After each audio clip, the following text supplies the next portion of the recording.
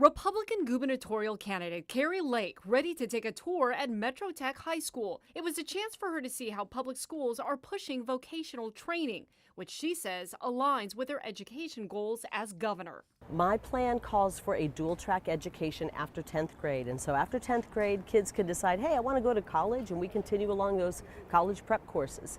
Or I want to get skills training, trade skill training, vocational training, career certification right there in high school so I can get out and be ready for the high-paying jobs that are out there. Back in 2020, during the start of the pandemic, the Phoenix Union High School District was one of many in Arizona that switched to remote learning, and it's where 2 staff members also died from the coronavirus.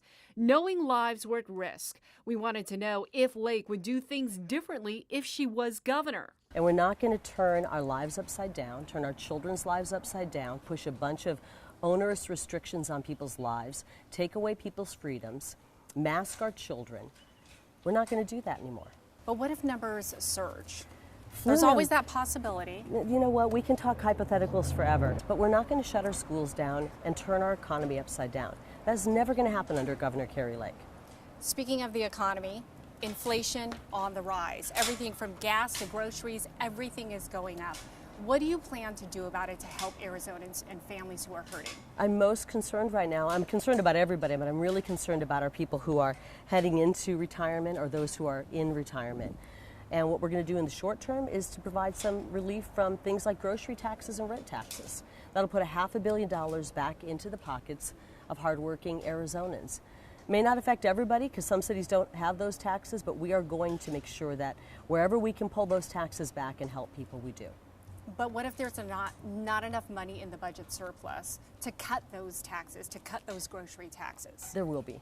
When it comes to the border, Governor Ducey has placed shipping containers along the Arizona-Mexico border, despite the feds saying it's against federal law.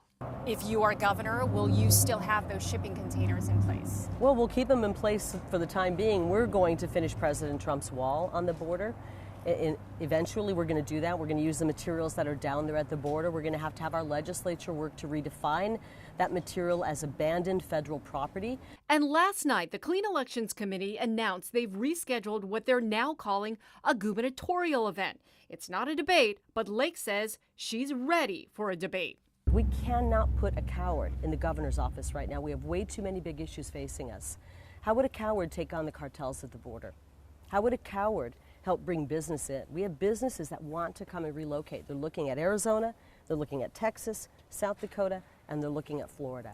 Well, she keeps saying she doesn't want to debate you because you'll interrupt her, that it'll go off the tracks. Do you believe that? Do you believe that? I'm not the one running for governor. I don't think you believe that. I don't think anyone out there believes that. Are you hopeful that she will debate you before the general election? Yeah. And as a recent poll from OH Predictive shows Lake and Hobbs in a statistical tie. Are you concerned? Are you worried that she's catching up? Not at all. What if you do lose? I'm not going to lose. I'm 100% sure that I'm not going to lose. If you do lose, I just have to ask, would you still claim election fraud? If the election is fair, honest, and transparent, then of course I will accept the results. Tram I 12 News.